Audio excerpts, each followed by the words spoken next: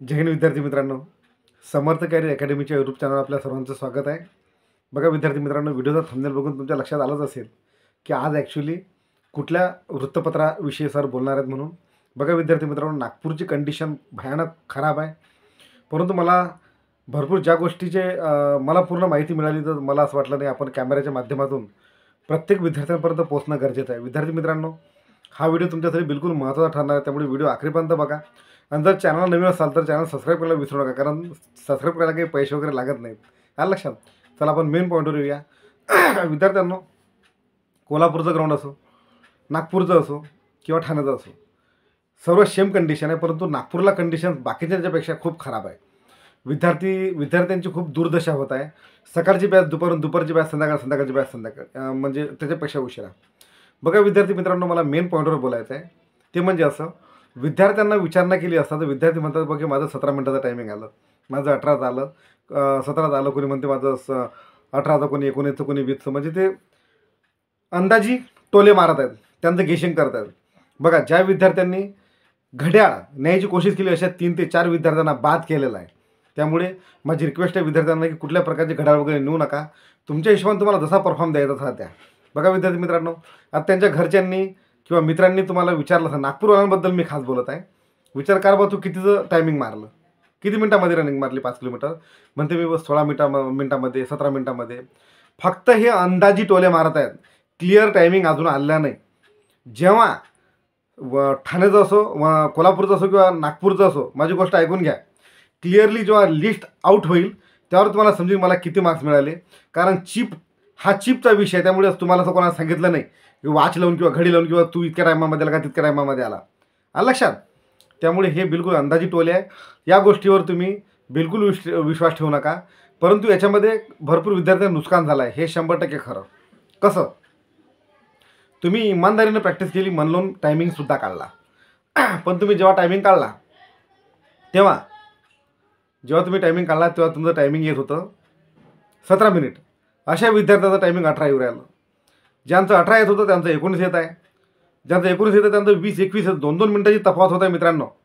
त्यामुळे तुम्ही ह्या चक्करमध्ये, ह्या बातम्या फैलावच्या चक्करमध्ये राहू नका की मला 17 मिनिटं टायमिंग आलं का माझं 18 आलं. समजून चाला, तुमचं टायमिंग जर नागपूरला 18 आलं असन, तुम्हाला वाटत असन की माझं 17 तर विशेष 16, एकांदा आणि 4-5 पोरं, पाठीमागचे 5-6 पोरं 17मध्ये, नाही तर बाकीचे बस 17मध्ये, पाठीमागं 18मध्ये, बाकी 19-20 वाले, 21 वाले. तर विद्यार्थी मित्रांनो, बाकी अफवा तुम्ही फैलू नका.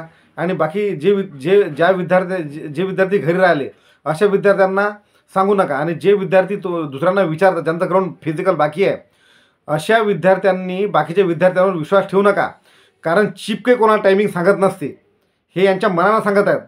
आणि जो विद्यार्थी सांगते बघ मला अंदाज 18 मिनिटापर्यंत येते, समजून चाला तो 19 मिनिटाच्या वर गेलेला आहे.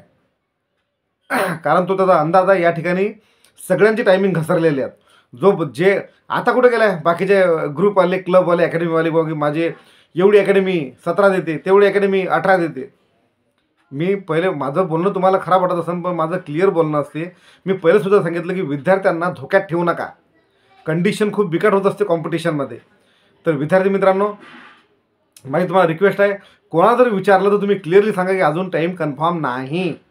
हा माझा अंदाजे एक बघ 18 मिनटं आलं असन, हा माझा अंदाजे एक 17 मिनटं आलं असन, हा माझा अंदाजे 19 आला असन. आणि तुम्हाला अधिक सांगतो, ज्याचा अंदाजी टायमिंग 19 मिनटं, 17 मिनटं सांगत असन, समजून झाला 18च्या वर गेला. जो 18 मिनटं सांगत असन बाकी काय किती आला टायमिंग, माझा 18पर्यंत येऊ शकते बा, समजून त्याला 19च्या वर गेला. आणि जो 19 सांगते 20च्या वर गेला. ते हे काय होतं माहिती आहे का, याच्यामुळे नुकसान कोणाचं होतं, जे बिचारे ग्राउंड करायचे बाकी आहे. भरपूर विद्यार्थी ॲब्सेंट आहेत. याचा अर्थ असा नाही की रिझल्ट खाली पडेल म्हणून, अजिबात नाही. तुम्ही तुमच्या हिशोबानं चांगला परफॉर्म द्या. टायमिंगच्या चक्करमध्ये पडू नका. चिप लागलेली आहे ना. आता काही ठीक आहे, असे व्हिडिओ बनवले की सर 10 मिनिटाचं टायमिंग आलं मग तो घोटाळा झाला का फलाना. एखादी ते एक मॅन्युअल आहे, मशीन आहे, एखाद्या चिपमध्ये प्रॉब्लेम येऊ शकते. मला समजलं की तो मुलगा अर्ध्यामधून वापस आला होता, त्या विद्यार्थ्याला बाद केला झालेला आहे. त्यामुळे हा डोक्यातून तुम्ही विचार काढून टाका. आणि हे जे अफवा तुम्ही करत आहे की माझं टायमिंग 18 आला, माझं तुम्हाला कोण सांगितलं टायमिंग? का ते टायमिंग सांगायला होते का तिथं? कोण नव्हतं ना, चिपवर होतं. त्यामुळे तुमचं टायमिंग क्लिअर नाही आहे. जेव्हा रिझल्ट जेव्हा लिस्ट आउट होईल तेव्हाच तुम्हाला समजेन की बा 90 + 50, 90 + 60, 80 + 70 जेव्हा रिझल्ट आउट होईल तेव्हा लिस्ट आता तो काही काही विद्यार्थी एवढे काही करा, सर लिस्ट कधी आउट होते, सर लिस्ट कधी आउट होते. तर तुम्ही काय एवढा तीर मारलेला आहे. ज्यांना मार्किंग चांगला आणि ग्राउंडचा परफॉर्म बेस्ट दिलेला आहे ते नाही विचारत.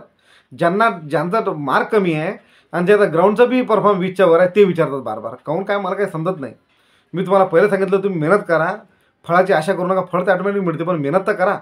त्या लेवलची मेहनतसुद्धा तुम्ही केली नाही.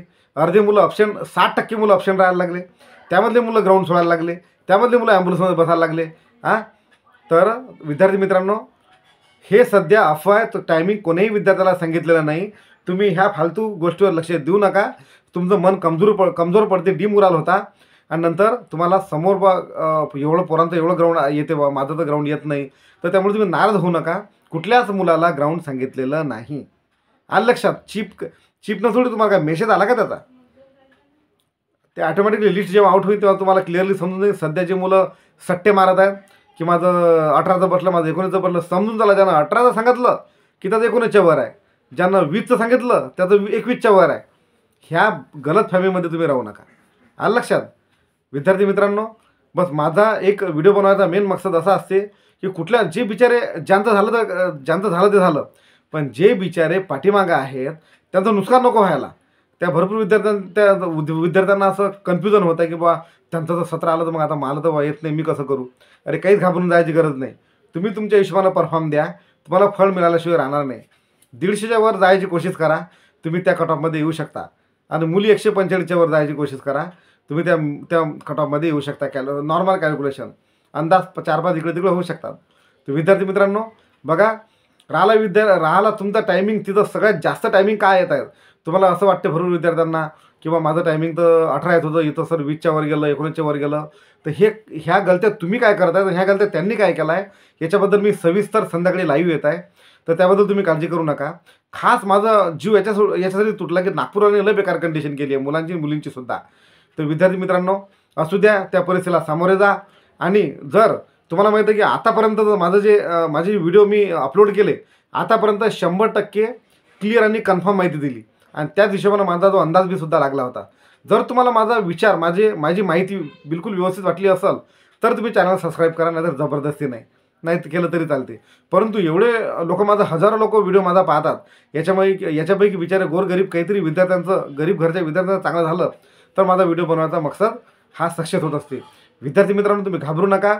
जे आहे ते त्याला तुम्ही सामोरे जा. आलं लक्षात. वेळ हे कोणासाठी थांबत नसते, त्या वेळेचा भरपूर फायदा घ्या. विद्यार्थी मित्रांनो, माझा जो यूट्यूबचा परिवार आहे, माझ्या सर्व विद्यार्थ्यांना खूप खूप शुभेच्छा.